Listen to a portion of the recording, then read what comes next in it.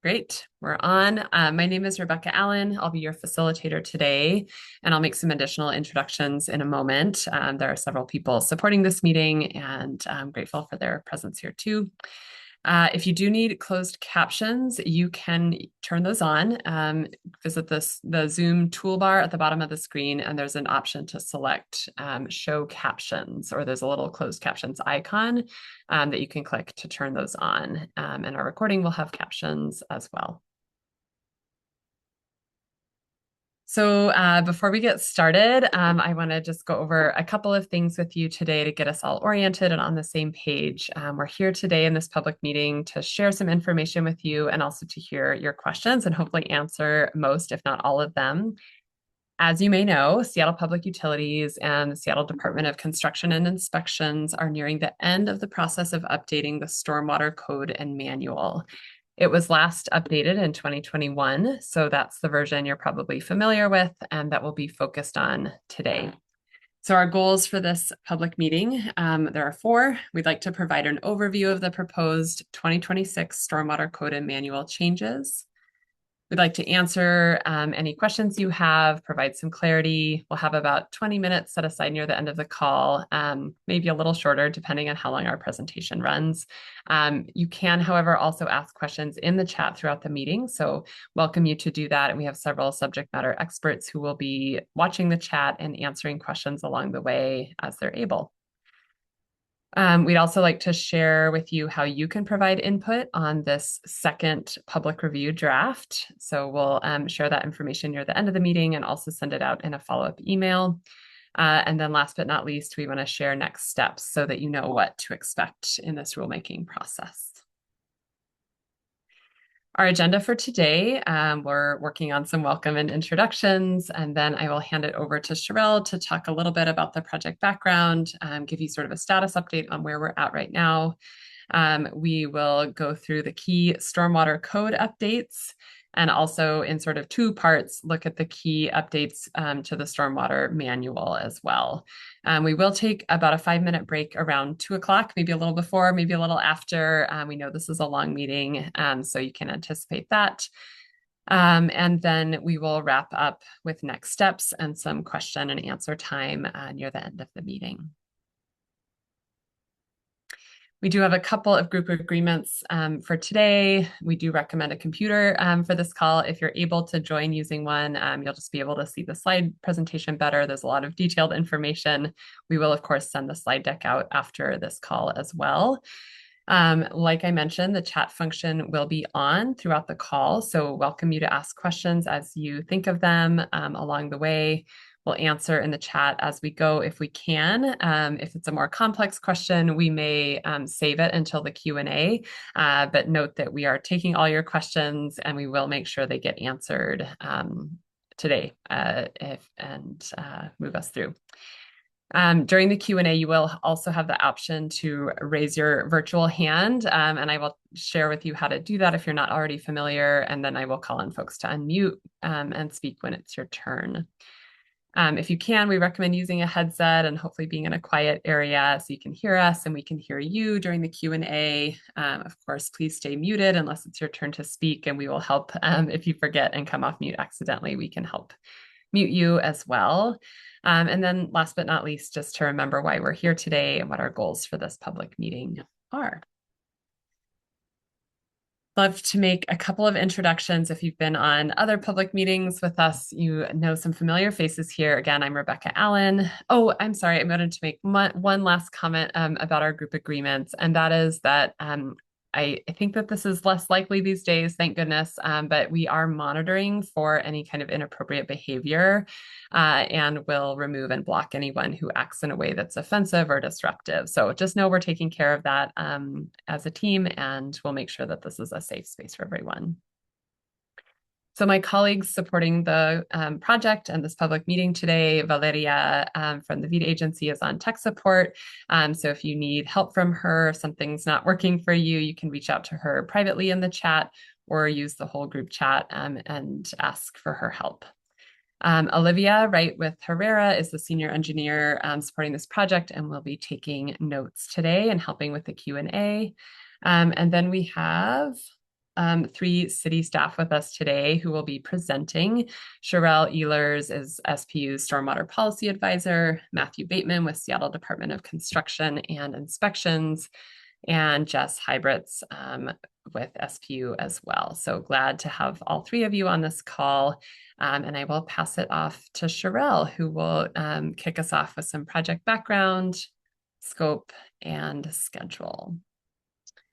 Thank you. Oh, thank you, Rebecca. That's not a good sign. I'm getting over a cold, so we'll see how this goes. Um, I just want to thank you all for being here today for our second pub.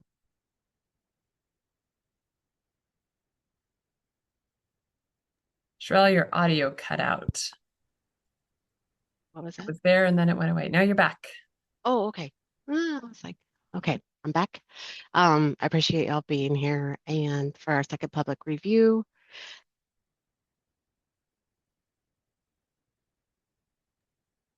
Uh-oh, Sherelle, it cut Is out again. Is that just for me? um, let me give me a second. Take your time. It's cutting out for me as well. So, Okay. yes. Thanks for confirming. Yeah. We'll get it figured out.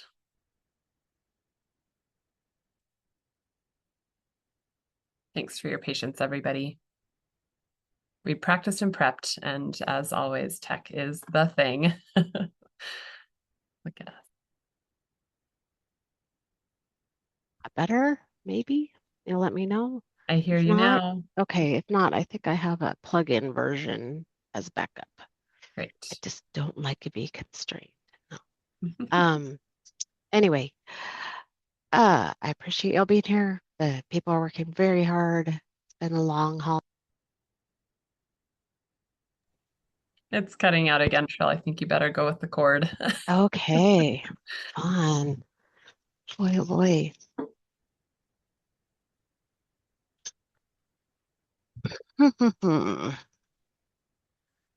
Let's see.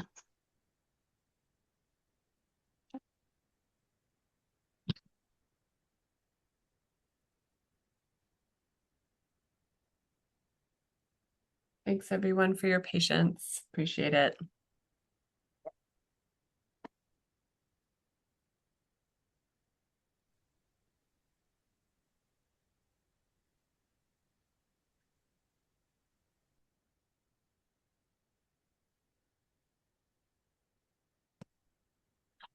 I want.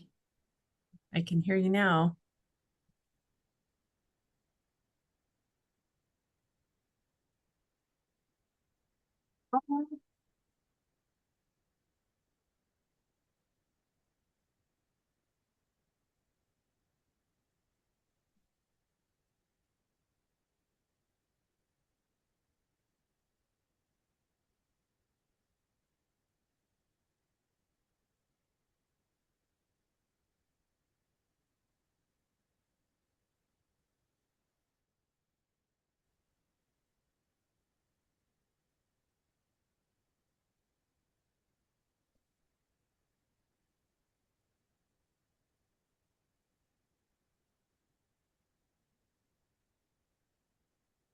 I can't get my headphones to work. Oh, I can hear you Huh? without them. You're on. Okay, but now you're on speaker, so I don't think everybody Mm. wants to hear you. So, oh, let's see how we do that. Mm,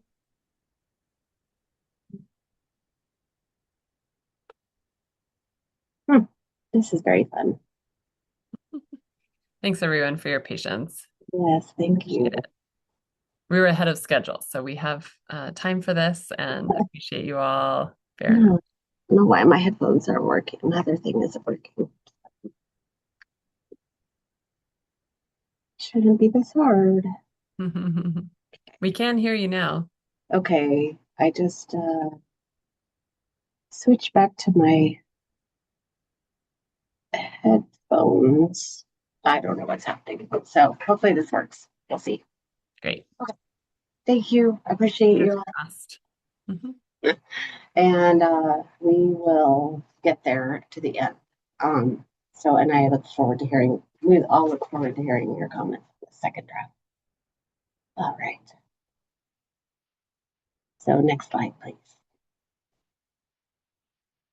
So I apologize in advance for the folks that have already heard this too many times, but here's some background. We have a stormwater code to protect live property and surface waters from harm. And we also have it to meet state and federal requirements as well as city rules. Seattle has had a stormwater code since 1979, long before ecology even existed. And this was determined necessary because of Seattle's urban environment and complicated system. Now, having this stormwater code and manual is required under the Clean Water Act and our NPDS permit, our National Pollution Discharge Elimination System permit that we have with ecology. And that this permit is the reason we've had major changes to the code and manual in 1992, 2000, 2009, 2016, and with the last revision in 2021. The Stormwater Code and Manual includes source controls for businesses and residents, and construction requirements for private development and city projects on city private property and otherwise. So, there. Is that any better? Next slide. The current update is primarily driven by Washington State Department of Ecology issuing a new stormwater permit and manual in August of 2024. Seattle and other municipalities must achieve equivalency to this permit, which authorizes stormwater discharges to waters of the state, including Puget Sound and the Duwamish River, as well as wetlands, creeks, and lakes.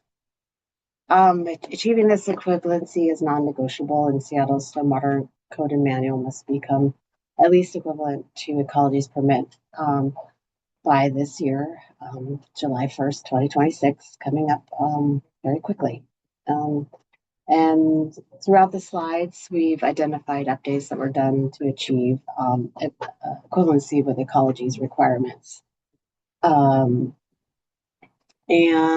those updates are highlighted by the red push pin that you see on this slide. In addition to equivalency, our goals also include identifying and incorporating policy shifts, simplifying and clarifying, and improving the documents and tools based on public input, staff input, and the like. And especially, we've really strove to incorporate your feedback as well. We are trying to balance mandatory requirements with flexibility, and having flexibility is key. And while some aspects are fixed, we aim to innovate where possible and address evolving challenges, especially as climate change impacts storm patterns and the city continues to densify with much needed housing. So, I don't know, can you hear me okay, or is it still low? Okay. It's a little fuzzy. It's helpful if you can speak just a little. It's a little quiet and fuzzy, but I can hear you most of the time. Right. Oh, I think I know why. Just give me one more second. I think. Let's try this. How about we try this? Is that? That's much better. I was trying to switch over to the other one and I didn't get the whole thing connected to my headset. So, That's great. all Thanks, right. Cheryl. Yes, sorry about that. It was all boring stuff anyway, so you didn't. Oh,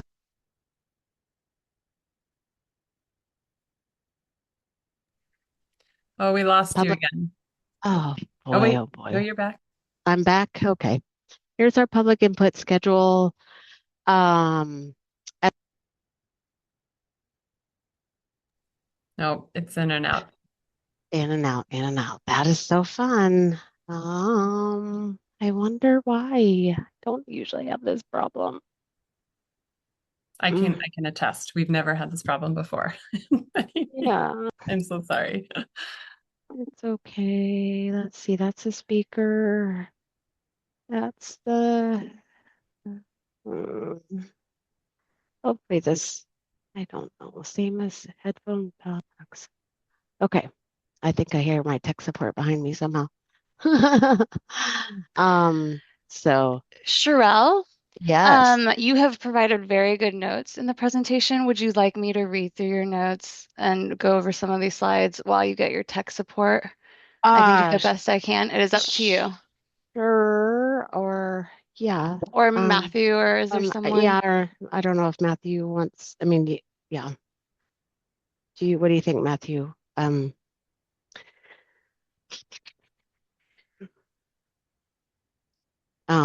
Yeah, go ahead, Olivia. I can go over the project schedule. So I'm Yeah, hoping that'd be maybe you can great. just get your Yes. headset. Yes. Okay.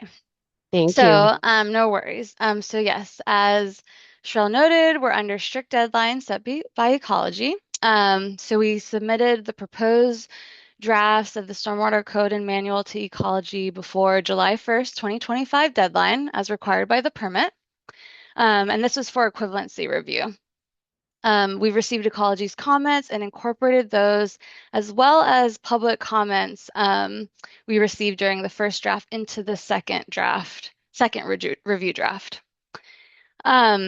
Even though we've already initiated we've already received initial equivalency approval from ecology in December based on this initial package that we submitted back in June of 2025. Ecology knows that all public agency must do public reviews and is expecting changes. Any changes since then will still require ecology's approval. In the second review draft, they typically include changes you'll find in the blue text in the Stormwater Code and Manual drafts, as well as changes we also made on public comments we received from you on the draft that is currently out for review. So when you open those documents, you'll see red text that was from the first review draft, and then you'll see blue text that were changes in between the first review and the second review. Um, Therefore, so it's very important that we receive your comment on or before that February 9th deadline so we can have time to make edits and resubmit to ecology. This will give us time to make the final updates, start the legislative process, and meet ecology's deadline to have the Stormwater Code and Manual effective by July 1st, 2026, which is the orange star you'll see in the figure. Before we jump into a summary of the code and manual updates, we have some symbols on the slides. So if you see this pinpoint, it means that we made those changes. Oh, sorry, thank you for changing the slide. We made those changes to meet equivalency. And then if you see this lightning bolt, those were updates that happened between July 2025, so the first review draft, and the January 2026 public review draft, which is our second review draft. And then as you're going through the documents on the website, just a reminder that the blue text will still need ecology's final approval. So now we're going to jump into key stormwater code and updates. And I want to see if Sherelle is ready with a headphone, possibly not, or a better headset. Let's see. Can't get it to work. Can't get it to come off of. While you're working on that, another thing to note is that we have on the project documents page, we have a table of changes. So this includes more details and the minor changes that we're not going to go into today's slide. It also includes our key summary, our key items that we'll go over today. And then as a reminder, we've removed the code language from volume 1 and are asking that you review the code changes contained in the draft code that we provided. So once we update that, or finalize that, we will update the volume 1 with that code information. The code gives us the authority to regulate, and the manual, which is the director's rule. So we need to rely on the code document and reviewing changes. But to help facilitate your review, we've included code references in the tables of changes and in volume 1.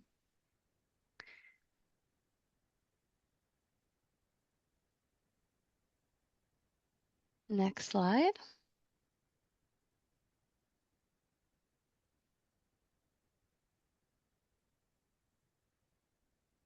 Olivia, are you up for continuing? Or otherwise, I think Sherelle, oh, looks like she may be logged off for a moment to try to get that. I am happy to continue until she jumps on. Great. If there are any follow-up questions, we can always ask Sherelle and yeah. Absolutely. Thank you. Okay, so remember the pin push is required equivalence changes. So you'll see a lot of those here, and the lightning bolts were if there were updates between the last public review and the January 2026 draft. So here is an overview of the proposed code changes. So we revised utility and pavement maintenance exemptions to be consistent with the 2024 MS4 permit. We revised project vesting dates to be up to date with the most recent MS4 permit vesting dates. Based on ecology's comments, we revised the closely related projects definition and criteria. And then we also revised a new definition for common plan of development or sale. So we added or sale, you see it underlined in the slide, and added examples of single common plan. We revised terminology from enhanced to metals treatment and updated metals treatment threshold to be consistent with our 2024 MS4 permit. And then we updated definitions for new and replaced hard surfaces. Next slide. We deleted the single-family residential project definition, added source control requirements related to buildings with PCBs. We added clarifications for application of thresholds, revised the existing construction-related flow control requirements. We also revised the ensure sufficient capacity threshold, and then added sections to address water quality impacts associated with pollutant generating services not previously discharging to receiving water basins. Next slide.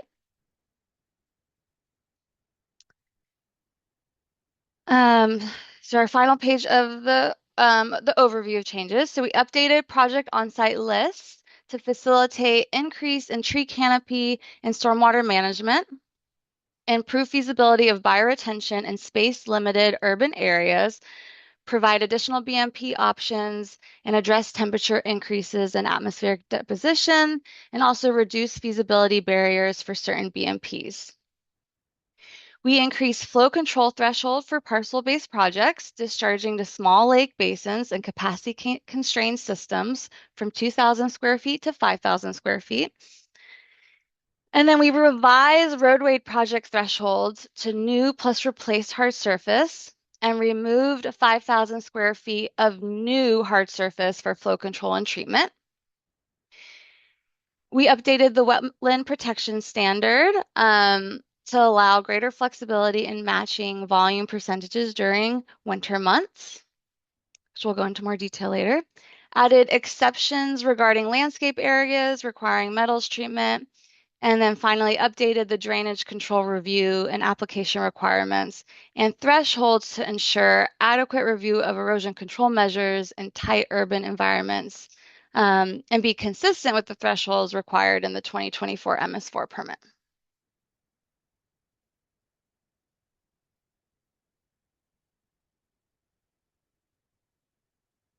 How's Sherelle doing? Is she back? Okay. You're doing great, Carrie. Trying my best to be Sherelle. Doing great. Now we're going to go into more details for the stormwater code. In section 22.800.040A exemptions. Sorry, I just got a notification from, we've been suggested to go ahead and switch to the manual, and then we'll go deeper into these details for when Sherelle is back All right. on a side chat. Give Okay. me just a moment. All right, everybody, we're going to change our plan a little bit. Matthew, you'll be up in just a bit here. Give me a moment to jump ahead in our PowerPoint.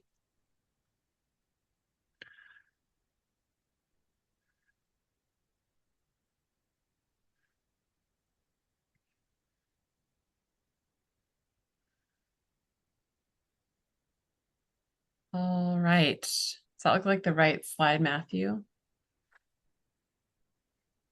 Okay. Yeah, so I'll start with volume 2. Sherelle will go back to volume 1 because it's really closely tied to the code changes.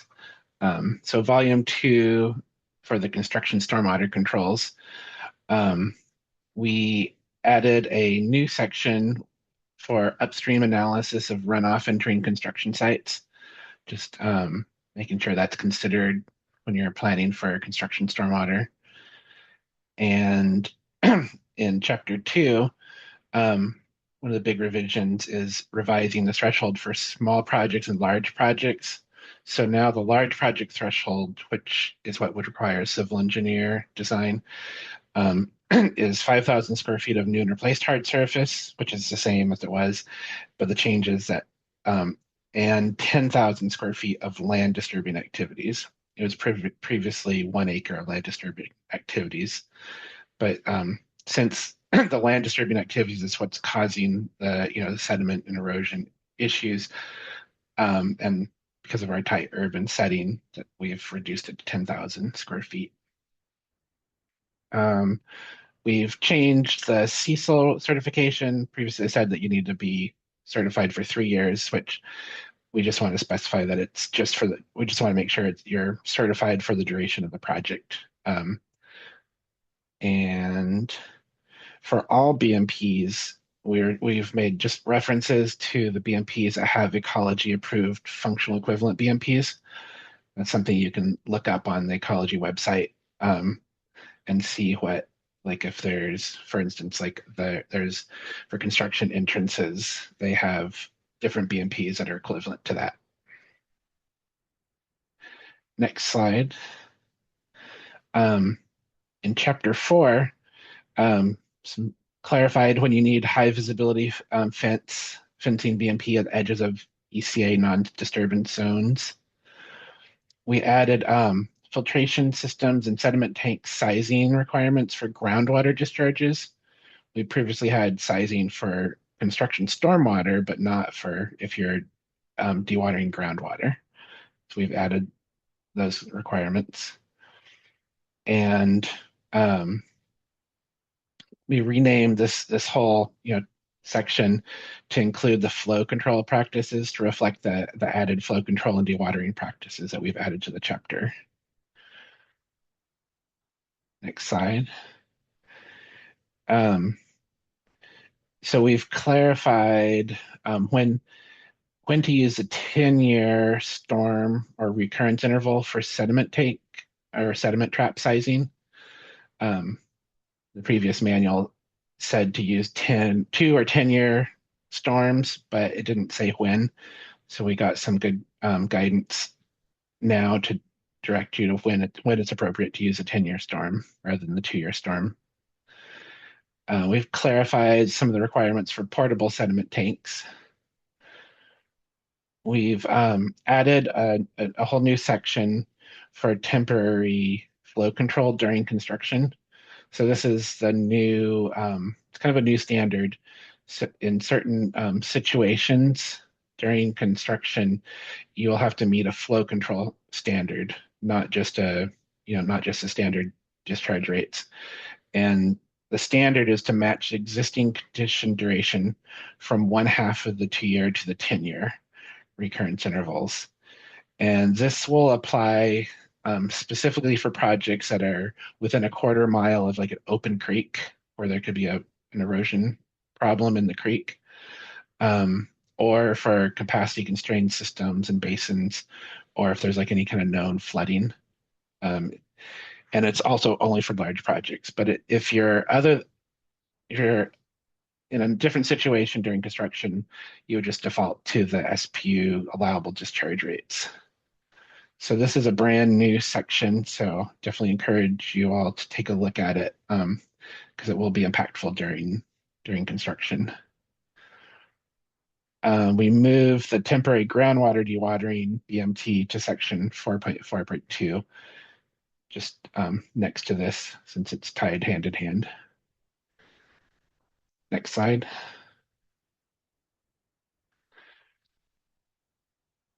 We've moved in the first draft, we had some turbidity monitoring and pH monitoring requirements, so we've moved them to section 5.2 for monitoring practices and have some additional clarification of like when these BMPs apply. It's and that for instance, the turbidity monitoring is to check the discharges from sediment tanks and sediment traps. It's not required if for projects that don't have that or for water that's leaving the site and doesn't pass through a sediment tank. We've added some clarifications in the demolition of buildings section, such as providing drain inlet covers during the workday, stabilizing contaminated soils, post-demolition considerations.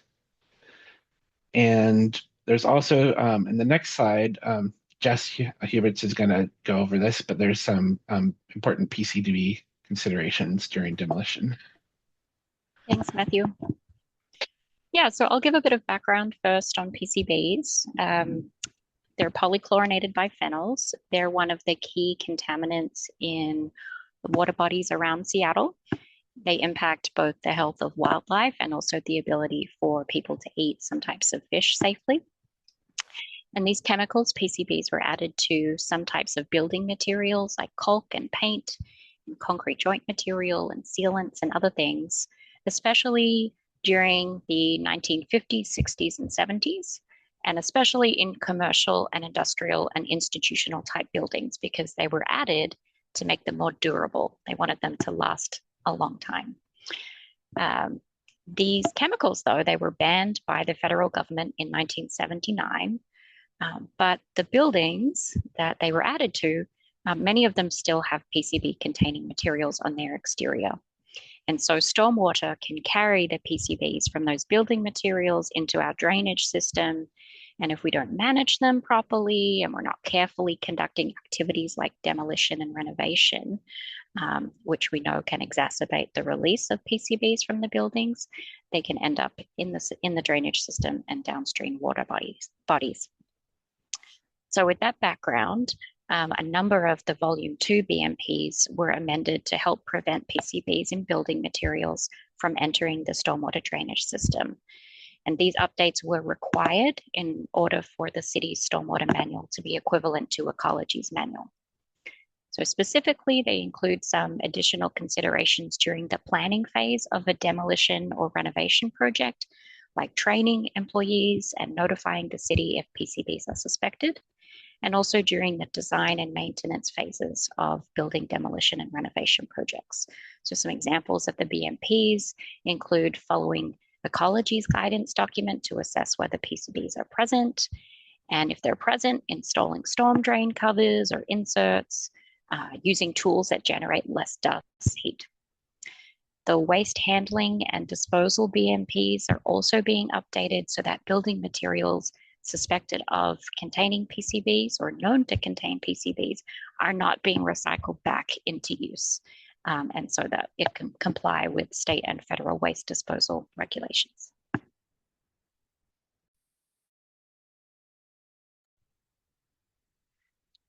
Thanks, Jess.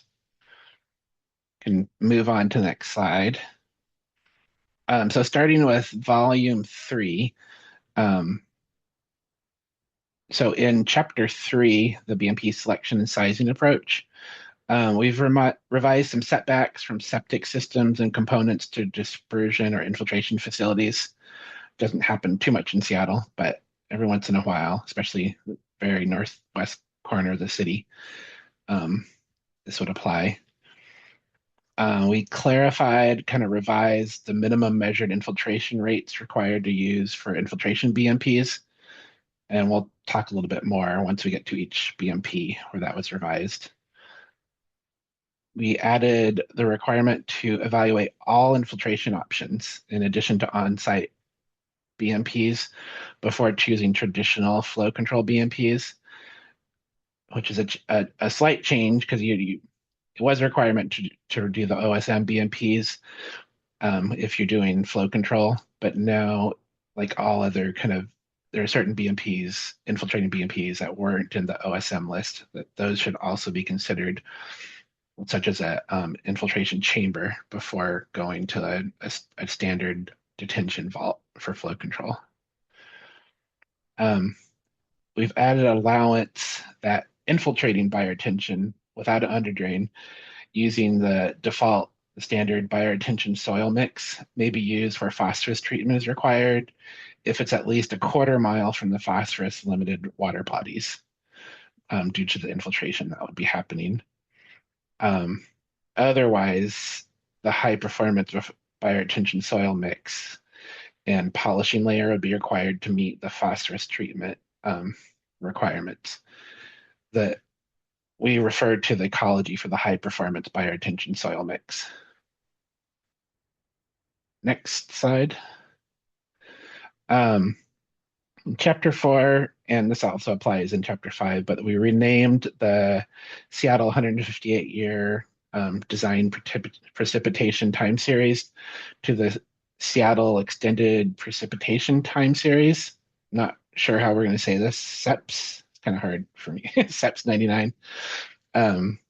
And that's because we SPU plans on doing some work on the precipitation time series, possibly to incorporate climate change and possibly to simplify it. And so that work hasn't been done yet, but may happen kind of mid code cycle.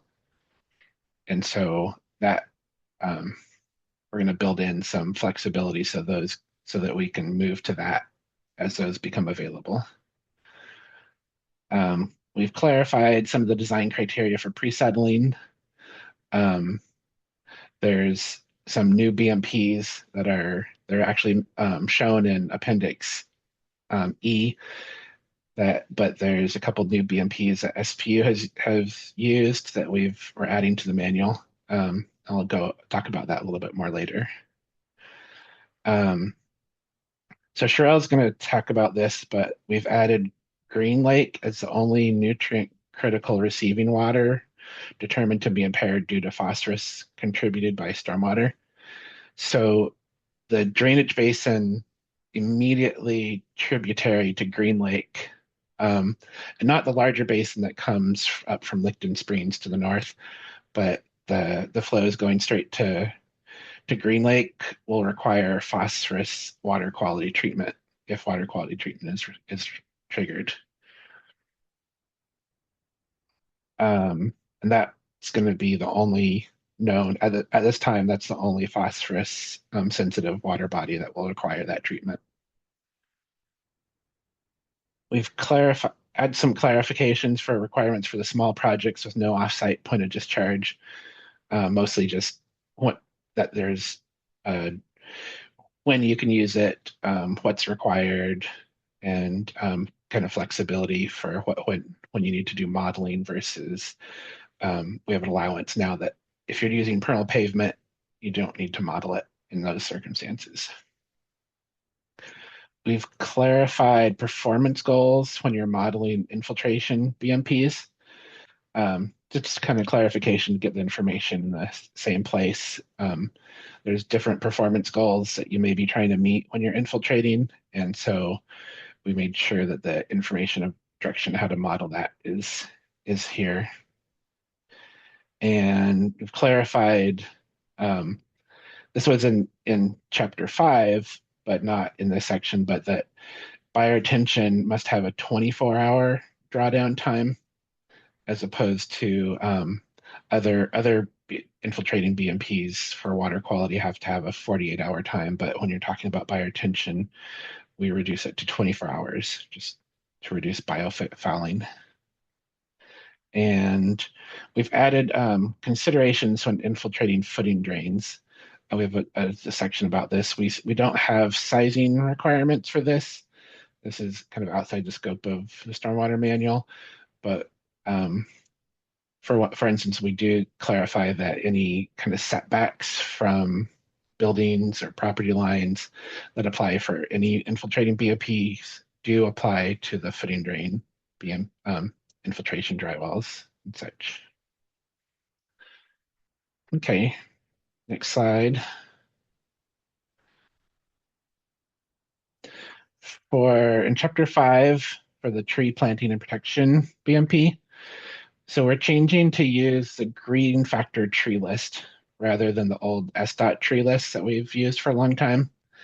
We thought this would make a lot more sense for parcels, and this would apply for parcels. We're referencing the SDOT approved tree list for work in the right of way. And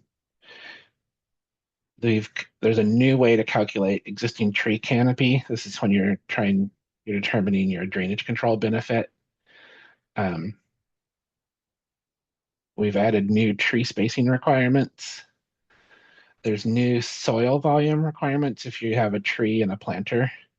And these are all trees that are used for stormwater benefit. All of these requirements in this BMP, such as OSM or flow control.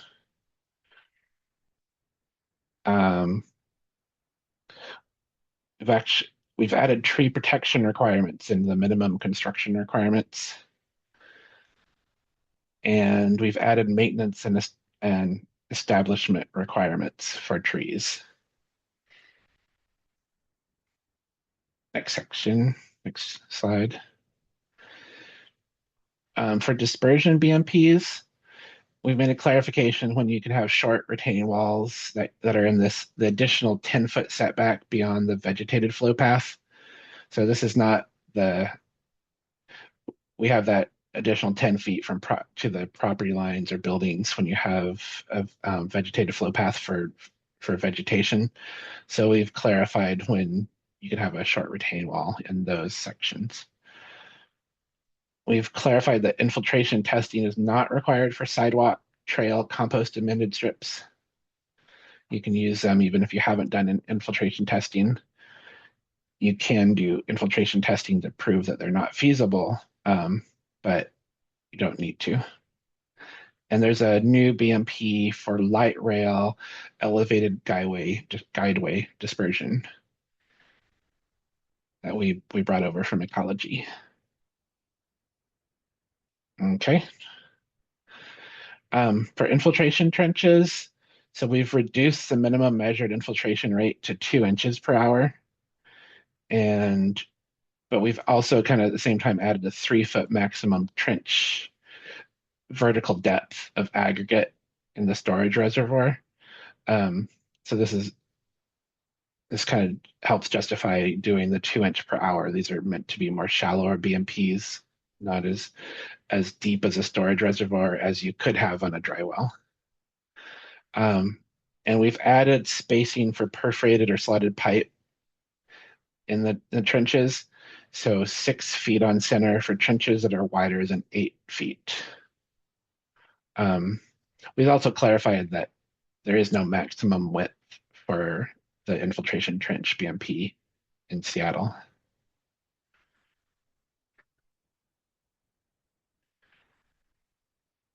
We've got quite a few changes for bioretention, in both infiltrating and non-infiltrating.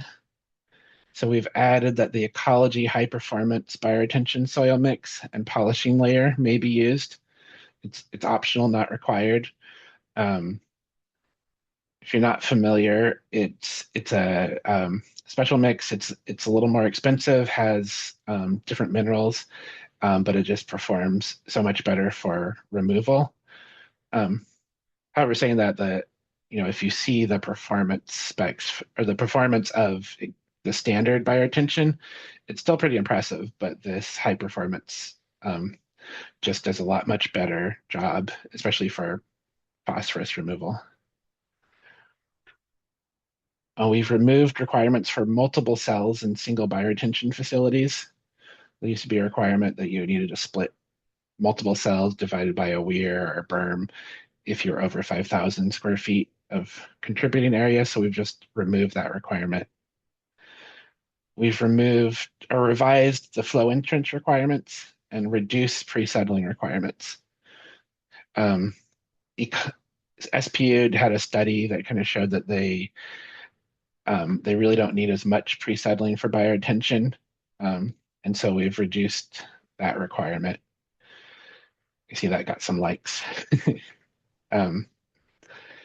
We have added a minimum length of 4 feet when under drains are used. That's just the facility, especially the non-infiltrating vertical walls, they need to be at least 4 feet just to get the slotted pipe and the clean out and the overflow riser in there without squeezing it too much. We've changed the standard bioretention mix to a 70-30 mix. It was previously a 60-40, so that's like 70% kind of mineral aggregate to 30% compost. So it's a little bit less compost. And we've added infeasibility criteria for deep vertical wall bioretention. So it's not required if you need to be deeper than 22 inches for gravity flow or whatever to get the stormwater to the bioretention. And this is because in the right of way over 22 inches, you start needing to have handrails. In the first draft, we had this at 2.5 feet, which is kind of from the building code requirement of when you need to have handrails. But we just reduced this to 22 to be consistent with right of way requirements, 22 inches. And we reference that, like, if you're deeper, you may have handrail requirements based on other codes. Next.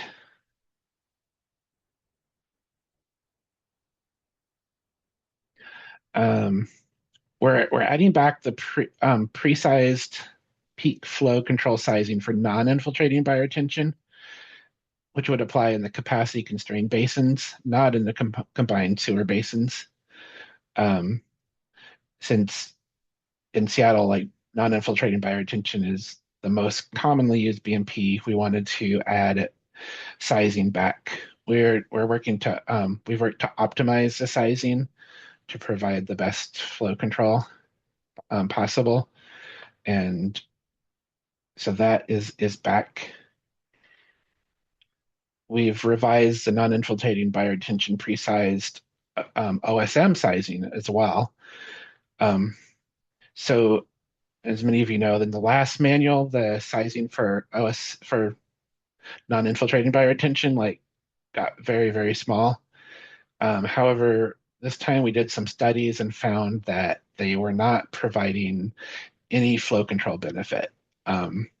They were providing water quality filtration, which is great, but they were in certain circumstances making the increasing the flows rather than decreasing them.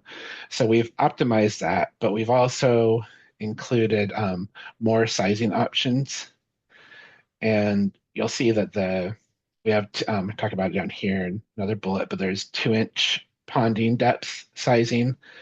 And there's also different sizing based on whether you have 6-inch or 12-inch. And that's all to optimize the flow control benefit you get.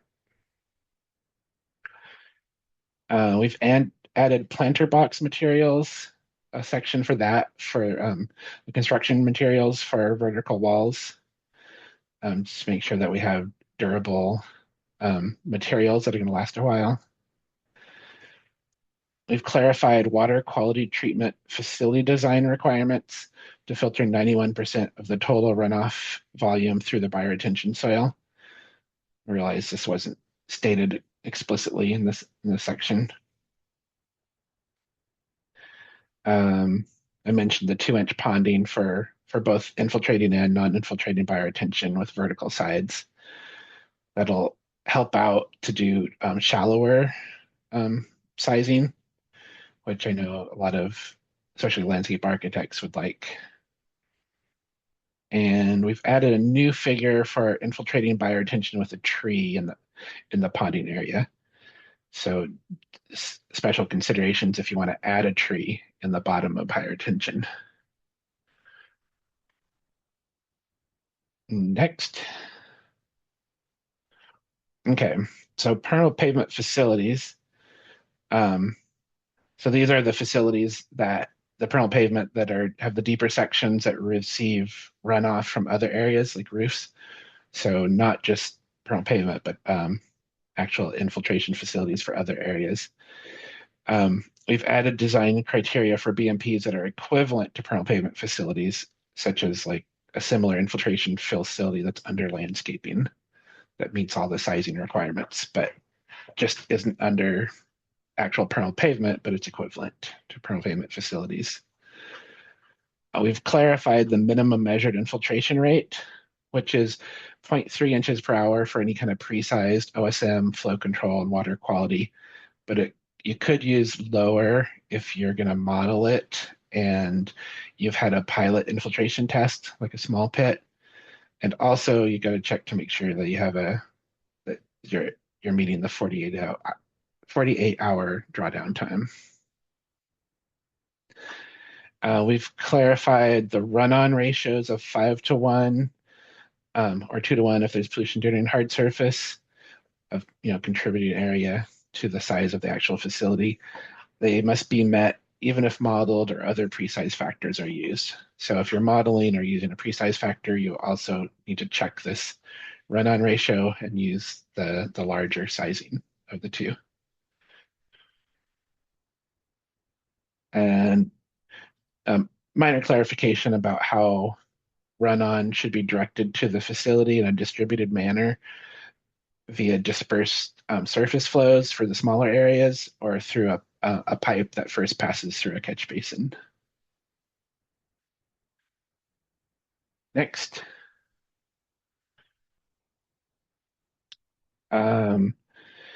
So we've added the soil cell bioretention, which it's a whole new section.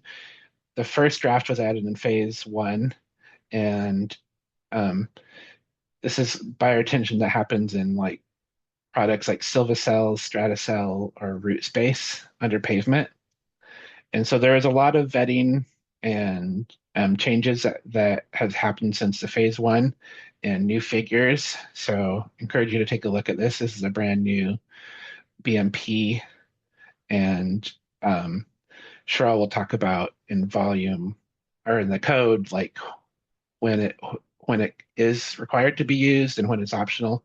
For parcel-based projects, it's going to be purely optional, but definitely encouraged. We're looking for ways to incorporate more trees into the BMPs. So I'm excited to finally have a well-vetted BMP for this product. And so please take a look at this and give us any feedback that you have. There was some changes to the required, like the tree soil volume versus like the actual sizing for bioretention. So there are pre-sized bioretention, but then as you see, you also need to see how much tree soil or how much soil volume you need just for tree health.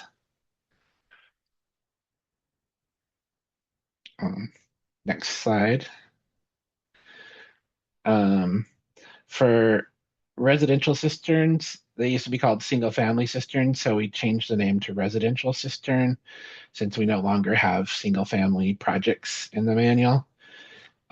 and we're allowing them in more residential zones. So neighborhood residential, residential small lot, and low rise. In the permeable pavement surface, which is just plain, permeable pavement that doesn't receive runoff from other surfaces.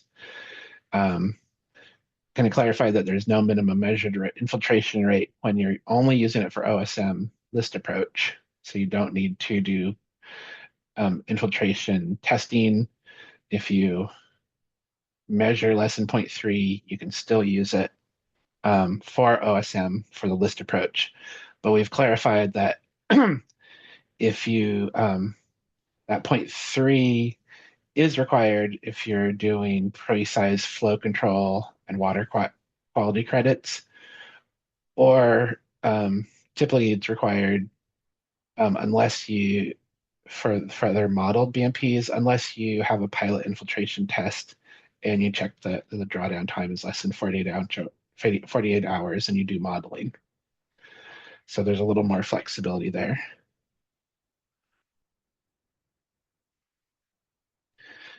For the detention pipes section, we reorganized the design criteria into subsections.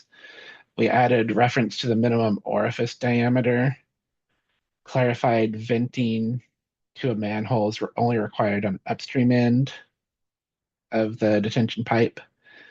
And we've reduced the spacing for the personnel access points along pipe runs to 350 feet, but we've added a requirement for observation maintenance ports that are for private detention.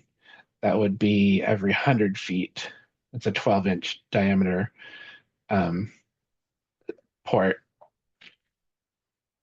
We've made it's clear you can substitute a port or a access riser in that case. And we've clarified flexibility to use access risers in lieu of maintenance holes at the ends of the manifolded systems. It's where you have multiple detention pipe runs. Next slide. We've clarified that the pre-size equations are not applicable for detention pipes in the right-of-way. Those would all need to be modeled and not use the pre-size factors. That's due to the 2-inch drop that's required in the right-of-way detail. That's not required for the private parcels. And the 2-inch drop was not accounted for in the pre-size factors. And we corrected the pre-size factor for pre-developed pasture standard using the 36-inch diameter pipe. This is an old one that we caught right after the 2021 clarification list. And I believe this was already in our pre-size flow control calculator. So if you ever used it, this had already been updated. So it's not much of a change really. Next slide. For oil water separators, clarified the parameters for offline oil rise, the offline oil rise equation, and clarified the sizing of the forebay in the figures, which is 20 square feet of area per 10,000 square feet of tributary area. This was in the text, but it just wasn't in the figures. So I think it was something that may have been missed in the past. Next slide. For the proprietary and emerging water quality treatment technologies, we've added that mass loading ratios are not required for BMPs that only treat underdrained sports fields if the underdrains are surrounded by gravel. We've added that the mass loading ratios are not required for filtera systems when used solely for oil control with a treatment rate of 50 inches per hour. I haven't actually seen this done, but it is an option to use this for oil treatment. We've updated list of approved proprietary and emerging water quality treatment technology and the mass loading ratio applicability. So there's a lot more approved BMPs in 2021, and so we've updated that list and let you know which mass loading ratios to use. Let's see. We've updated the site considerations to reflect approved proprietary technologies and clarified that proprietary technologies should be sized for the offline water quality flow rate or if two-year flow rate if you're downstream of a detention. So all of the BMPs in our list, they have internal bypasses. So you can use the offline water quality flow rate rather than the online rate. Next.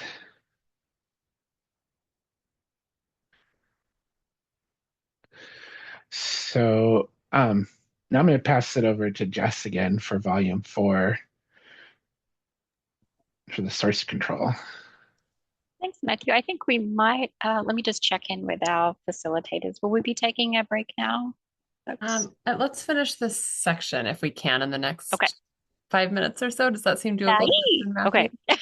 Yeah, and then we'll take a quick break. Okay. Thank you. All right. Okay. Well, this is clearly the most important section because it's the one I care about the most, but we'll get through it.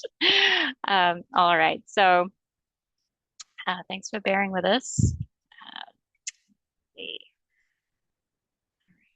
So volume 4 of the city stormwater manual describes source control BMPs. And so these are actions designed to prevent pollutants from entering stormwater runoff in the first place so that they don't even get into the drainage system and therefore the water bodies that they discharge to.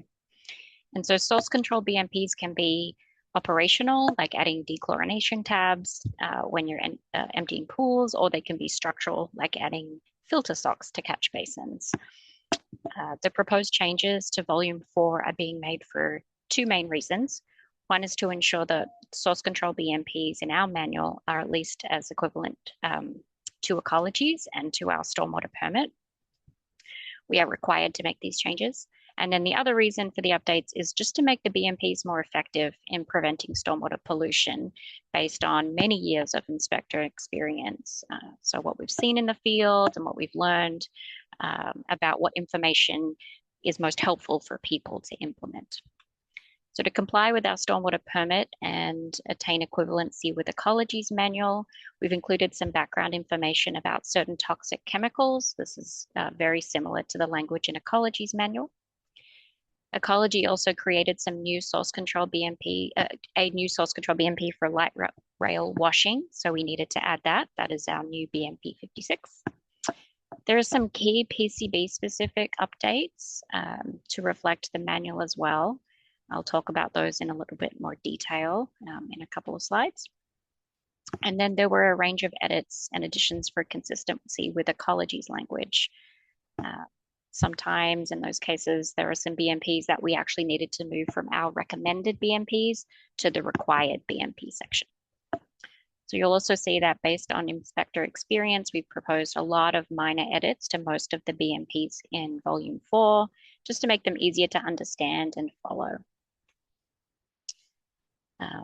Do the next slide. Okay, great. So there are some source control BMPs with some substantial updates. Most of the major changes occurred before the first public period, comment period, as you can see here, but we also have a few minor edits since then. For BMP 4, which is about the proper storage of solid wastes, we added requirements for storing batteries and printing equipment and clarified who's responsible for what when it comes to used cooking oil management. Used cooking oil spills have been a problem in some areas of the city, and they're very tough to clean up. And it's a huge fire hazard when they get into an electrical vault. And so cleanup is very expensive. And we want to avoid that. So we've added a requirement to position containers at least 5 feet away from any grated top lids and covers. We also recognize that while we prefer dumpster areas drained to the sanitary sewer, that's just not how it is in reality. And so we've added some language there to reserve the right to require more BMPs when dumpsters drain to stormwater. And then some other details that are related to requiring a roof or canopy when an area is draining to the sanitary sewer. With BMP 17, which is cleaning or washing, we made a lot of updates as well. We've reiterated the need to dechlorinate potable water before discharging, which wasn't as strong as it should have been in the past. We're not allowing wash water from graffiti removal or parking lots to enter drains. We've clarified that a pedestrian-friendly street or a VONF is still a street, so that needs to be swept before washing. Lots of details in that one that I encourage you all to go to. And we've also added some substantial updates to the washing of buildings, which I'll cover on the next slide. And then a couple of pet or animal related updates. We renamed BMP 8 from rooftop dog runs to constructed dog runs to broaden it so that we're including requirements for at-grade dog runs, not just on roofs. And for BMP 32, which is about commercial animal care and handling facilities, we're being more explicit that chemical disinfectants can't impact stormwater or waters of the state, where covers are needed and where stockpiles of manure can and cannot be kept. Next slide, please. All right, so there are a few updates to some of the storage related BMPs that might be of interest to some of you. We've clarified BMP 26, which is about storing leachable and erodible materials, clarified that it applies to all stockpiles, and updated that stockpiles need to be paved, covered, and bermed. For the storage of portable containers, BMP 28, we need to be equivalent to Ecology's manual, so we needed to make secondary containment for hazardous materials and liquids required rather than only recommended. So that's a change for some of you. And then, yeah, to be equivalent with Ecology's manual, we needed to update language in BMP 41 about dechlorinating potable water during waterline flushing. And then also we need to debrominate pools, spas, tubs, hot tubs, fountains, which is in BMP 35. Next slide, please. All right, here's the big one. Ecology made updates to 4 source control BMPs in their 2024 manual update related to PCB containing building materials. Ecology doesn't want these chemicals, PCBs, to enter the drainage system, and neither do we. We know that they're more likely to be released from buildings and enter drainage systems when they're disturbed. So through building washing and cleaning and maintenance activities. And so we've updated some of our source control BMPs to be equivalent to Ecology's and to protect the drainage system. Some that were updated include BMP 17, the cleaning and washing, and BMP 37, which is about maintaining and managing roofs and surfaces on industrial and commercial buildings. So in line with Ecology's manual, these BMPs now state that commercial, industrial, institutional, and multi-unit residential buildings built between 1950 and 1980 must be assessed for the presence of PCBs prior to washing them. And if they are suspected or confirmed to have PCBs, no wash water can enter the drainage system. Since we know that not everybody is going to be conducting sampling for that assessment, the city is going to assume that these types of buildings in this time frame contain PCBs unless they're a single family residential building, or if the owner is able to show analytical data that PCBs are not present. And then I'll just skip down to the bottom. It's really important that buildings suspected or confirmed of containing PCBs must also be reported to SPU. And so we've included that language as well. All right, next slide. Okay, some of the other source control BMPs we've updated that apply to all real property in the city include BMPs 1, 2, and 3. It's had a lot of clarifications. We've added some more recommended BMPs to be more helpful. BMP 5 is about spill prevention and cleanup. we were required to be aligned with Ecology's manual, required to expand the list of spill kit contents and also added text about minimizing discharges of firefighting foam, and that's to support how we're implementing new requirements in our permits. And because the PCB related edits went through, we've also updated BMP 6, which is about staff training and oversight, so that building owners need to make sure that their maintenance staff are notified if PCB containing buildings exist, and any BMPs they need to put into place to prevent those chemicals from entering the stormwater system. Okay, we can move to the next slide. It's the final one. We've also updated some source control BMPs that apply to specific activities. There's a bunch there. I'm not going to read them all, but a lot of these were mostly they were made at the first round. Oil water separator sizing, when to notify Seattle, and I'll be happy to answer any questions about those in the chat if it's helpful. But I think I need to wrap up my time. Thanks. Thanks, Jess. Matthew, you want to wrap up these appendices? Sure, yeah, then we can take a break. So Appendix A, definitions, is kind of placeholder. Refer to the code to see all the definition changes. That's the best place to look, and then those will be updated after this cycle. Appendix B, just a clarification of how to calculate the new and replaced hard surface. In case this is for like short plats and subdivisions, when the Seattle zoning code does not include a maximum lot coverage of structures, and when existing improvements are proposed to be retained. Next slide. Appendix C, we've added a few new and feasibility criteria for OSM BMPs, and to provide a little more setback and align with other codes. So we have feasibility for dispersion and infiltration setbacks from septic systems. New infeasibility for infiltration where siting may threaten our existing or proposed buildings or structures. Infeasibility for infiltration based on the investigation from Appendix D, like groundwater mounding or characterization of receptor analysis, or vertical setbacks to hydraulically restricted layers. New infeasibility for the depths of vertical walled bioretention that I talked about earlier. Infeasibility criteria for new infiltration and non-infiltrating structural soil cell BMP. So there's a whole new section for that since it's a new BMP. We have updated the minimum tree size requirements. This is gonna that's for the OSM, for trees used for OSM. Updated the on-site list and feasibility criteria tables to reflect criteria that was already in the parcel-based project list, but wasn't actually in Appendix C. Next. Clarified the bottom slope requirements and feasibility criteria for rain gardens and infiltration bioretention. We've added infeasibility criteria for rain garden infiltrating bioretention located within a 1/4 mile of a nutrient critical water body. So now Green Lake.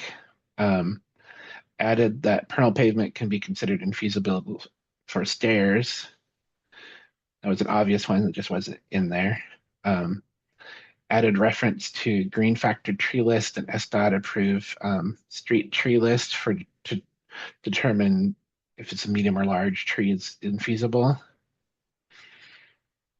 We added that Pernal pavement can be considered infeasible for stairs, repeat one. And added the infeasibility criteria for soil cell bioretention. I think actually that's a repeat one too. I would say for the Appendix C, if anybody has comments about specific infeasibility criteria that should be added, we can't really do open-ended criteria based on just based on judgment. But if there's very specific criteria that you think should be added, please comment on that, and we can look at that and incorporate it if everybody's on board. But yeah, let us know if you think there's something obvious that's missing. Okay, next slide. No change to the Appendix D for the infiltration testing and subsurface characterization. Appendix E for additional stormwater design requirements. As you see, we've crossed out plant list because that's been moved to Appendix J. But we've clarified the minimum allowable weir length is 0.5 inches. We've updated table E1 to E.1 to clarify that calculations of temporary and permanent level spreaders. So we're clarified that if you're using it for a permanent level spreader discharge, you use the 25-year flow rate. We've added, this is where we have the new figures for pre-settling. So we have a fat pipe pre-settling BMP, which makes me laugh every time I say it. It's just a big pipe in between two catch basins or manholes where pre-settling can happen. And then there's a catch basin maintenance hole with an extended sump and baffle that can provide pre-settling. Next. For Appendix F, we've added saturated soils to wetland rows and continuous modeling tables, since wetlands can be modeled as saturated soils. We've updated the step-by-step procedures for using the older version of MGS Flood when evaluating the on-site BMP performance standard, if you want to model it rather than use the list approach. But the new version of MGS Flood now has an SPU pasture duration standard match option for the LID duration. So I haven't used that, but if you've got the newer version of MGS Flood and you want to do the performance standard for OSM, you have that option now. Appendix G, so O&M requirements, just minor updates, including maintaining visibility of manhole covers and accesses, preventing tall grass from impeding swale performance, and preventing damage to open cell paving grids when you're doing aerating. Okay. No change to Appendix H for financial feasibility for vegetated roofs and rainwater harvesting. No change to the landscape management plans and integrated pest management plans. And then Appendix J created a new appendix. We moved all the plant and tree list information that was in Appendix E to here. We've added references to Volume 3 minimum tree requirements for stormwater management, and added reference to the green factor and SDOT approved plant lists. And let's see, is that okay? So actually, we'll take a break now. That's right. We're going to break for 5 minutes. So we'll come back at 2:25. We'll hear from Sherelle about the code updates and then make, I hope, a little bit of time for Q&A. Thank you for putting questions in the chat. You can continue to do so. That will really help us get them answered if we don't have much time for Q&A at the end. So thank you all for your patience. See you in 5 minutes. Can you hear me now? Yes, I can. Yes. All right. Beautiful. Turn down the volume. Turn down the volume. It sounds too clear. Oh, Lucas, now. Uh, so does that seem right where I'm going to start on slide 16? I don't know where people I'll double check and make sure you're on the right page. I'll check with Olivia. Okay, thank you.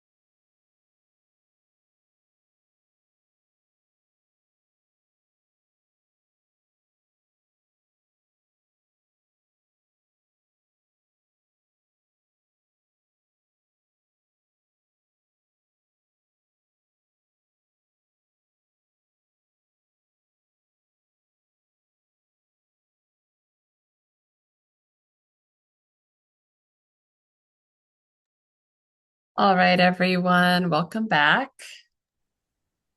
Give you all a moment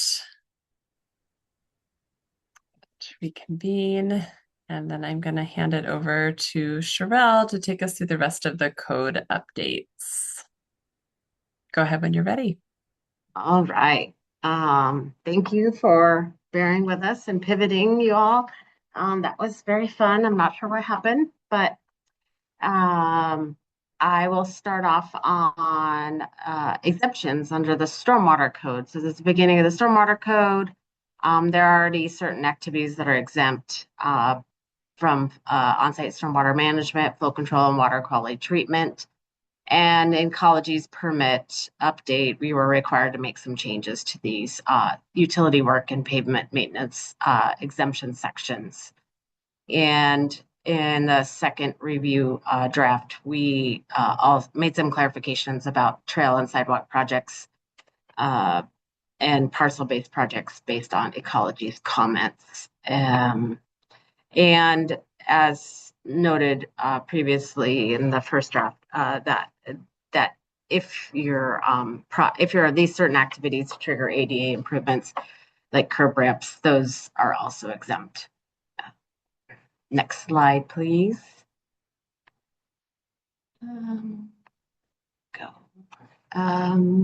So the permit requires us to update the vesting sections in the Stormwater Code for both city agency projects and other project types.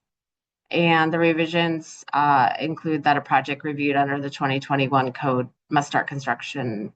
Let's see, I hopefully have this text right. Matthew will correct me if I got it wrong, 2026, or the project must follow the 2026 code. And then similarly, if you're under the 2026 code, you need to start construction by 2036. I think I have these dates wrong again, but they're correct in the code. So I apologize for that. And then we actually rewrote this section to simplify it too.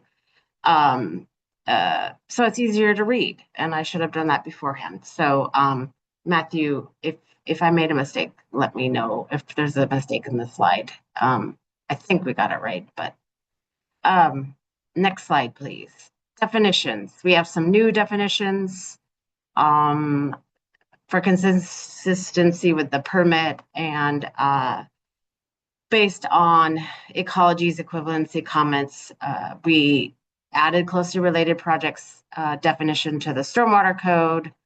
And also, in addition to the previous changes from the phase one or the first public review, the criteria for what cannot be considered a closely related project was removed from the criteria that was originally in volume one. And Ecology said that we can't use these items to determine that a project is not considered closely related. And instead, these items are provided as examples as single common plans under the common plan of development or sale definition. And we did receive a public comments about large projects, very large projects like the Port of Seattle or UW campus that wanted some clarifications on those very large sites that had construction activity in more than one place. So we revised that as well. And we also added or sale to the definition of common plan of development based on Ecology's comments and requirements. So next slide, please.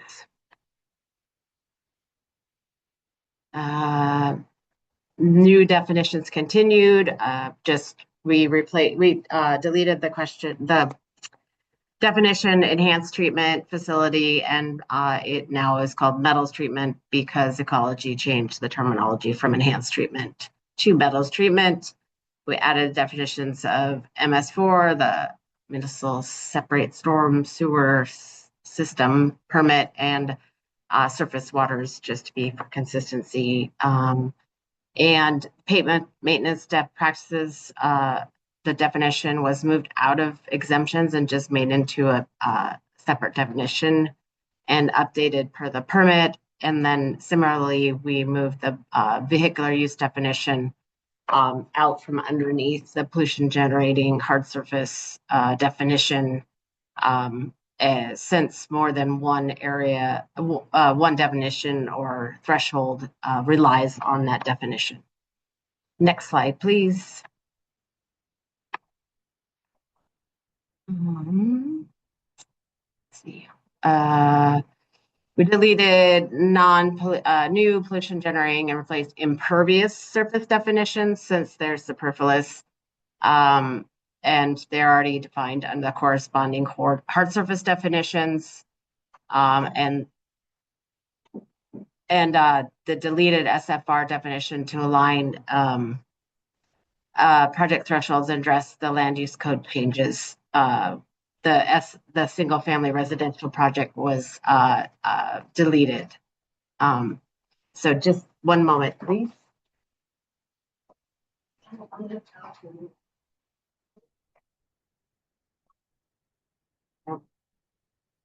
I stole conference room, so they were like trying to kick me out, and I was like, no, go away. So anyway, here we are. We'll get through this. So single family definition is deleted, and is to address the 2025 land use code changes, and align the project thresholds.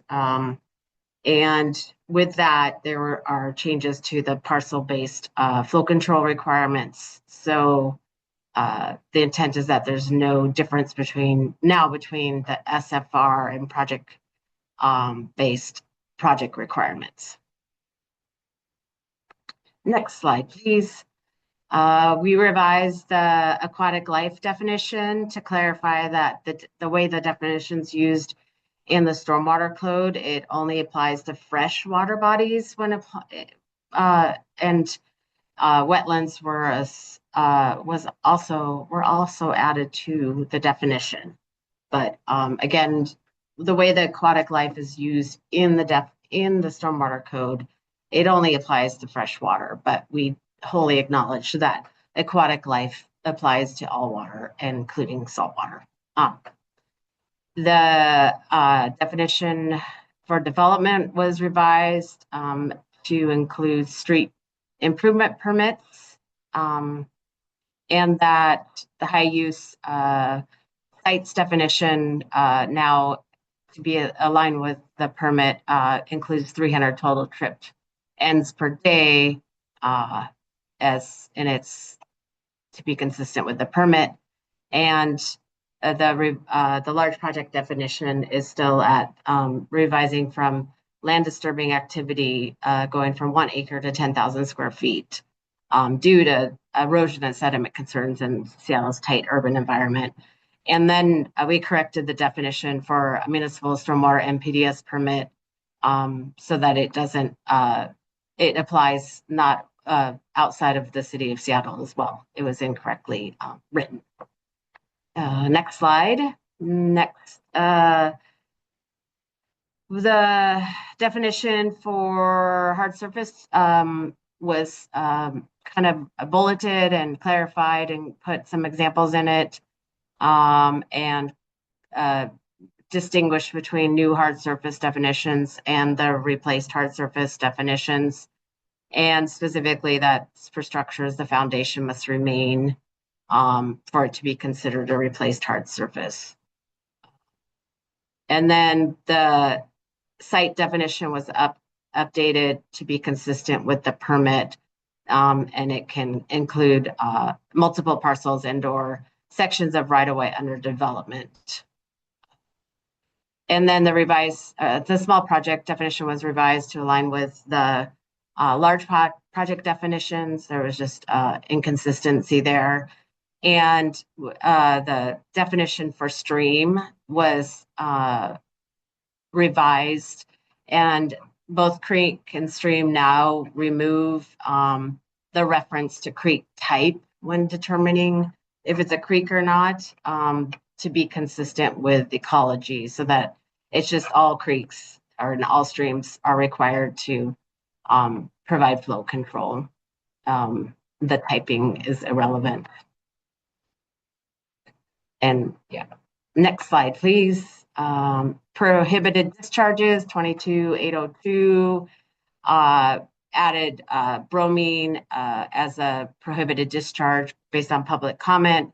And then under the conditionally permissible discharges, just talked about this, about the concerns about PCBs, and there was clarifications added to the stormwater code related to that were also required because of ecology changes that we have experienced in the city of Seattle, trace sourcing and from buildings with PCBs, and found it in our system downstream. So it is a big concern, especially when they are disturbed. Just touched on some of this a bit, but about that you must have your lids, and I think Matthew talked about it, your maintenance hole lids and other facility components accessible for inspection and maintenance, and then just broaden the discharge, the rule for dog runs to include more than just rooftop. Next slide, please. This section, minimum requirements, I should say minimum requirements, minimum source control for specific activities. The title was shortened because it was very long. Sorry, we're on 22803040. At least that's what I'm on. So there we go. So the title of it was simplified, and it was just the whole section was simplified as well, and had less pointings here and there, and it just now includes the whole section instead of references to different sections. Moving on to the next slide, minimum requirements for all projects. Revise the text that permit requirements apply to the entire project, and revise the language from common plan of development and added or sale based on ecology's input, and then also clarified that what the assumed level of hard surface coverage would be based on the full allowable build out when applying the thresholds for that's typically for short plots and subdivisions. I think I'll say MUPs. I'll probably get that better. I get that a better more general. Next slide. For the construction of stormwater pollution prevention, there's some edits that stating that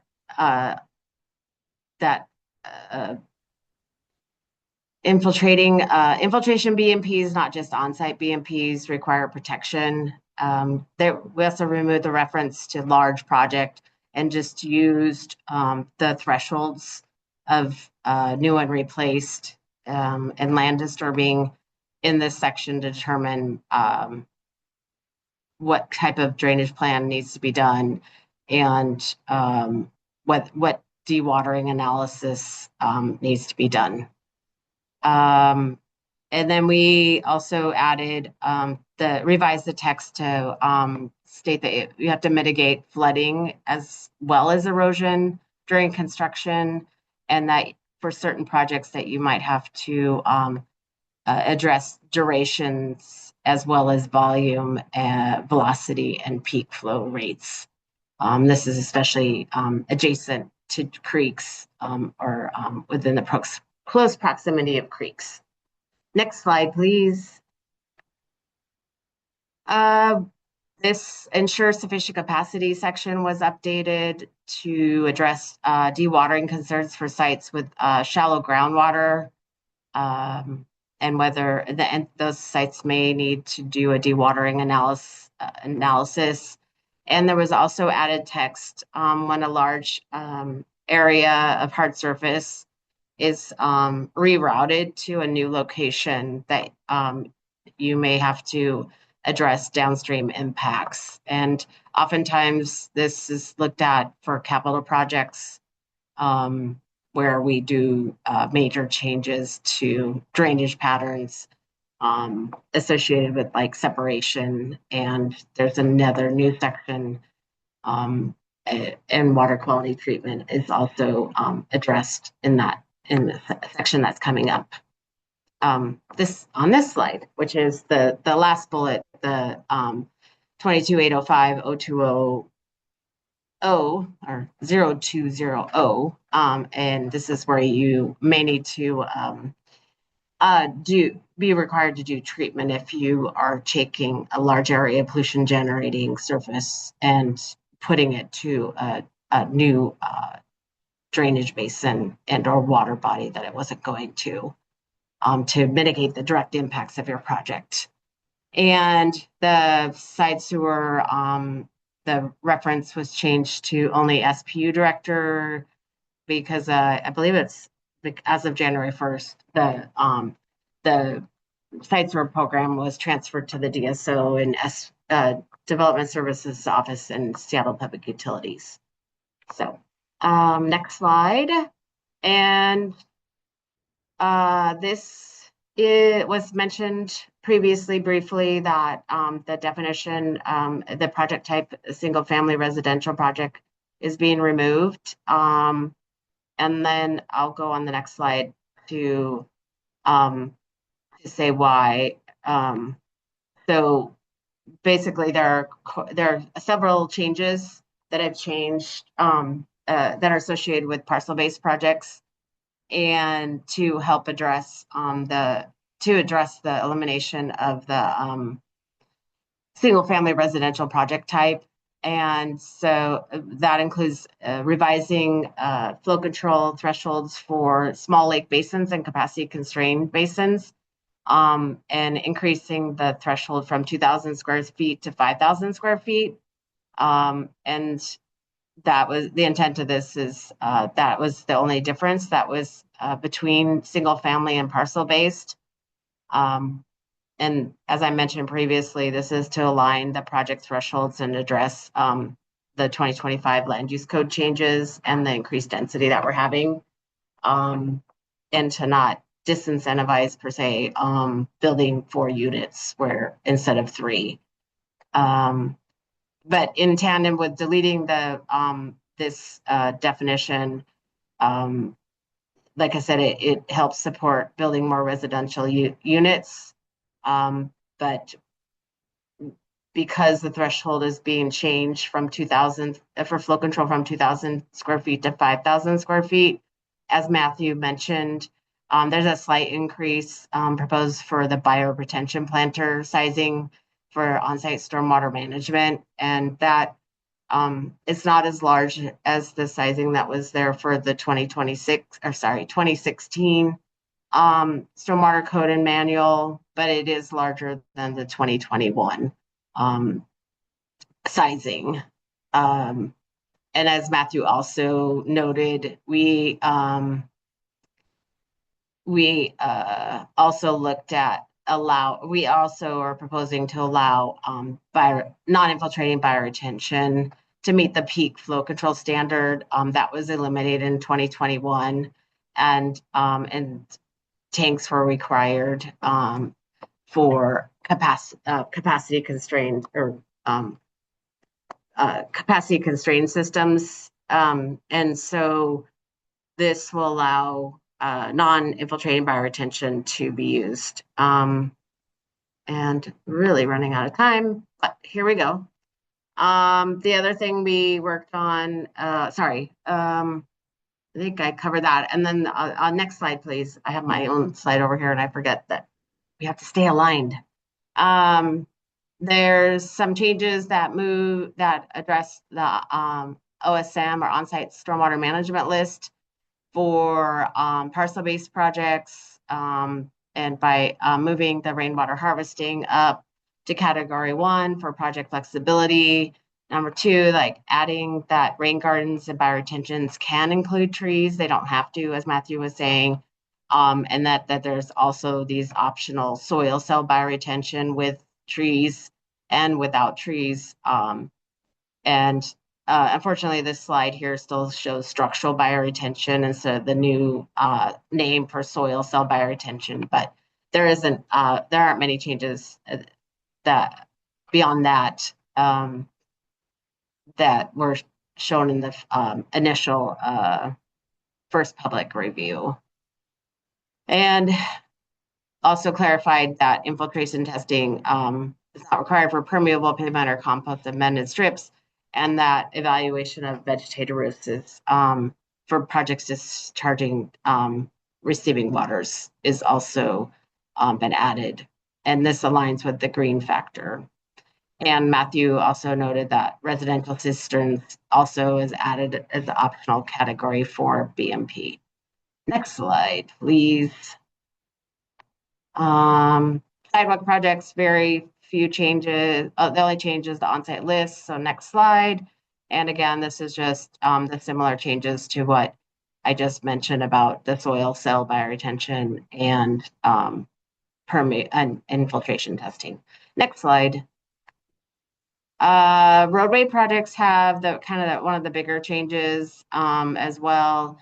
That the thresholds are now new plus replaced, and the threshold of new hard surface has been removed based on the permit requirements.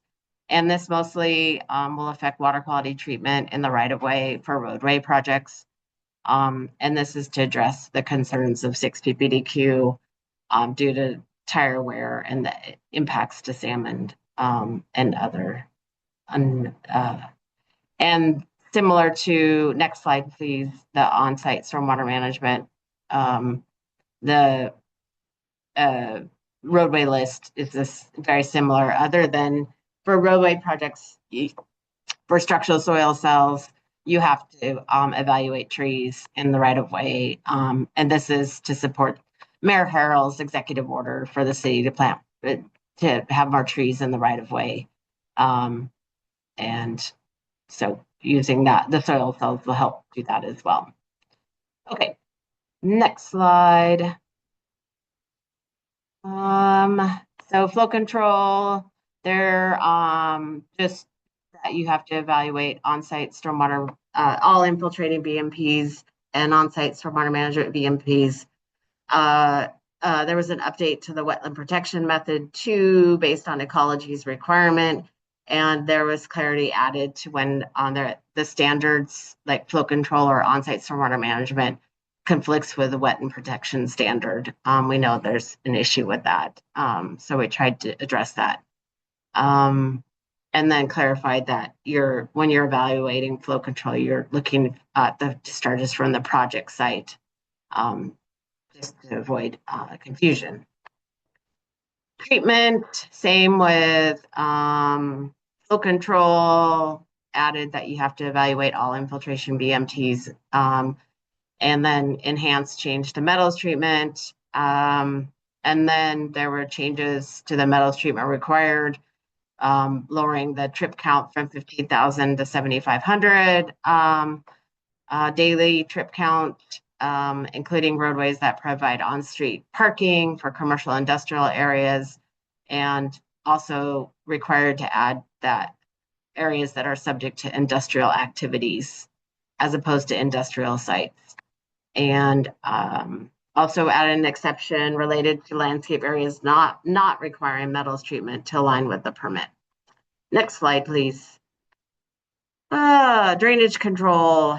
The road exemption for city-owned projects in the right-of-way for drainage control review lowered the threshold for comprehensive for drainage review from 10,000 square feet of land disturbing activity, or to 10,000 square feet from 1 acre.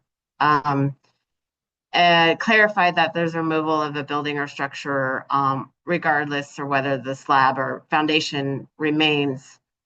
This area, if it's over, now I didn't write that down, 5,000 square feet, it will require comprehensive drainage review due to the drainage patterns. I just want to note that this was written incorrectly in volume 1, and said that it counted as land disturbing activity, and that was incorrect. It just says that you have to do comprehensive drainage review.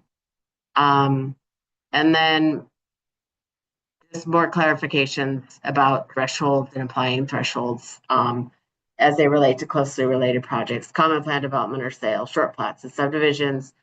And then also clarified when a licensed civil engineer must provide drainage control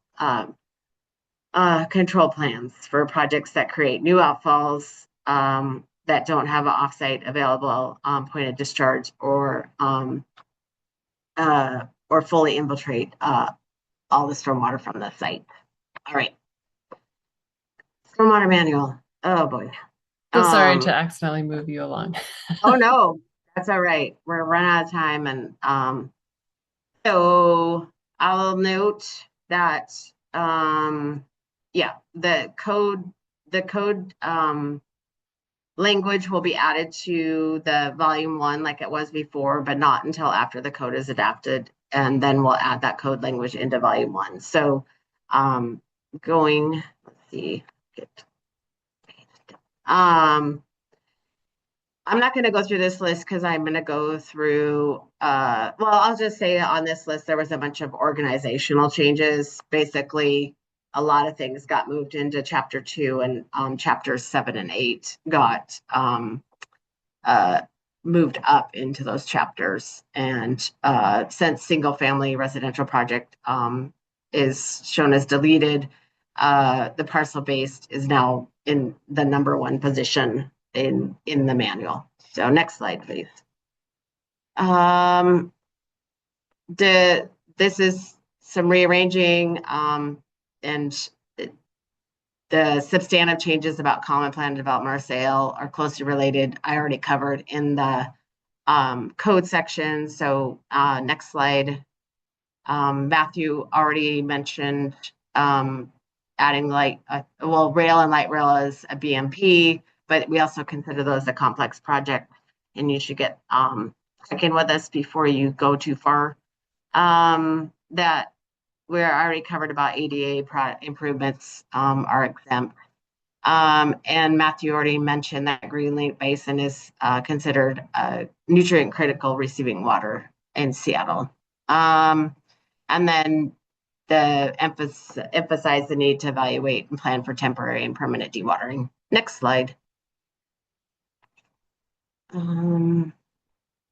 There are clarifications related to sports fields because they're confusing, and more clarifications about new and replaced hard surfaces for illustration, whatever that word is, and remodels and reconstruction, and some figures were added for that as well.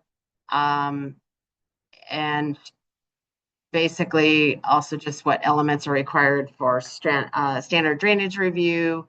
And as mentioned before, the comprehensive drainage plan review threshold is 10,000 square feet instead of the 1 acre.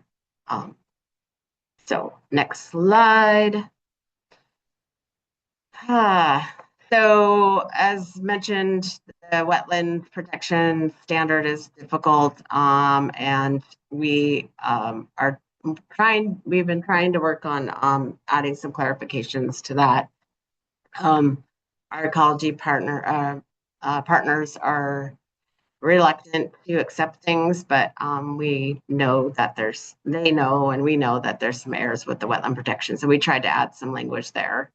And in the code about the wetland, meeting the wetland standard, and clarification on what dispersing to a wetland, and then the other items about the single family and such was already talked about. And I think one more slide. I think Matthew mentioned this, but of the fact that you can, that because of the orifice size, you may be able to reduce or recalculate how you do your detention sizing based on the 1/2 inch orifice size.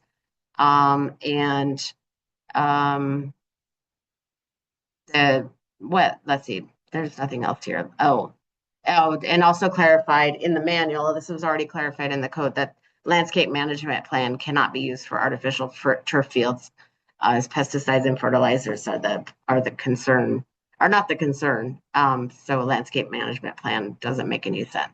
Okay, and now we get to have a break. So, Thank you, Sherelle. yes. Just kidding. Our break is actually to wrap up in the next 5 minutes. So I am going to take us down to a couple of slides about how you all can participate and make your comments on the wealth of information shared by Sherelle and Matthew and Jess today. Thank you all so much. I'm going to jump us to a slide about how you can participate. Our second comment period, as Sherelle already shared with you at the top of the call, lasts through February 9th. So it's really important you get comments in by then so that we can address them. Comments received after that date, we will still try to consider them, but I believe it is a high priority to receive them by February 9th. I see Sherelle nodding, so I'm going with it. We have 3 ways to comment. And I want to say too, we won't have time for a specific Q&A section today, but you all asked so many amazing questions in the chat, and thank you to our team that's been responding to them. I think they were mostly answered, but if there were parts of your question or your whole question that didn't get answered today, we know that we will be reviewing everything that was in the chat and determining if modifications are needed. And then, of course, you can also leave a comment, and here is how to do that. So there are 3 ways. Our preferred method here is number 1 for the more detailed comments that you may have, or if you have multiple comments. Just like we did in the first round, we ask that you download the comment log. I believe there's a link now in the chat, and enter your comments by filling out all the columns. We especially appreciate and ask that you provide revised text or an alternative to what has been proposed. And using the spreadsheet really helps us easily gather and organize everyone's comments. So thank you for doing that. Like I said, the link is in the chat, and once you complete your comments in the spreadsheet, you can email your copy of the log to the email that's in the chat there, the SPU Stormwater Code rev@seattle.gov. Our second option is if you have more general comments to share, you can email those to the same email address. And then last but not least, if you prefer to write out your comments, you can send them by mail. The physical mailing address is found on our Get Involved webpage. And that Get Involved webpage also has the comment log link there, other project details. We will also be getting a follow-up email out to all of you who registered for this call in the next couple of days. So it will have all this information linked there if you need to see it elsewhere. I know we are almost at time. Thank you so much again for your flexibility today, as we had some technical difficulties and things ran a little longer than we anticipated. Again, there are a couple of participation opportunities. We just talked about the first one here, providing comments by February 9th. The second I want to flag is that after those public comments are incorporated, the upcoming rulemaking process will begin sometime this spring. That includes the legislative process for the Stormwater Code that involves a few things: a council committee meeting and approval, followed by a full council meeting and approval, and then the mayor reviewing and approving. So the stormwater manual rulemaking will include a 2-week comment period prior to signature by both SPU and SDCI directors. So keep an eye out for that. You can follow along on our listserv. If you're not already signed up there, the link is also in the chat. So please sign up and follow along with us as we go. I will leave this meeting open for a few more minutes. We have a very, very short exit poll that we would love for you to take. It's just 2 questions, I believe. So if you're able to give us any feedback today, that would be much appreciated. And thank you so much for coming. Really appreciate it. Take care, everybody.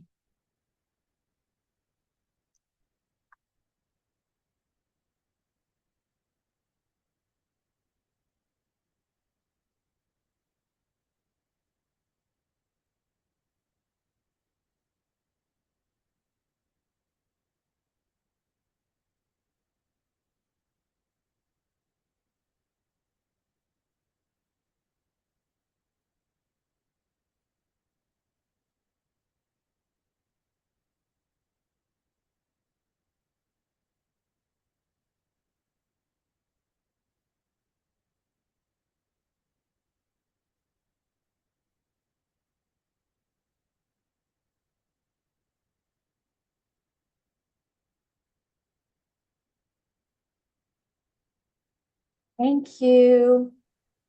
Good work. Appreciate it. Thank you so much for coming. Take Thanks, care. Jane. Glad you're here. Yeah, thanks, Jane. Yeah, we tried.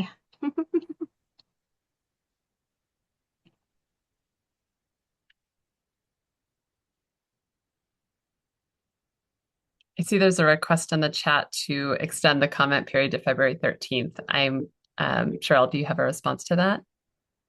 Um,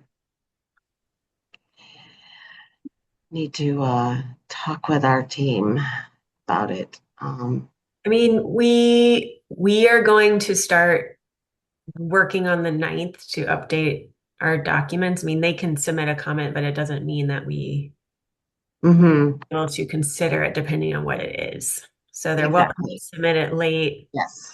but we have a hard date on the 9th to move to the next phase. So But that's to submit to the two committee meetings that are coming up. And so there is time to that's part of the public review process. So yes, but it would be much appreciated if they came in by the date that we asked. Great. Thank you for clarifying. So February 9th, strongly preferred. We'll do our best to consider anything after that. Yes. Yeah. Thank you. Right, we'll give a few more moments here for the poll and then close the meeting. I'll give you a heads up before we close. Folks might still be answering questions on the poll.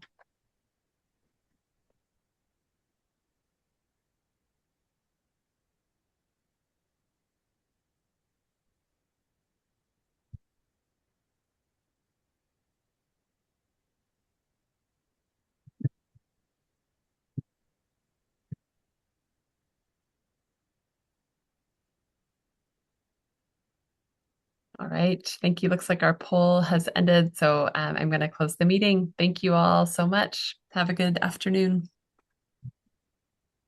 good job. Thank you. Valeria, I guess actually you will close the Bye. meeting.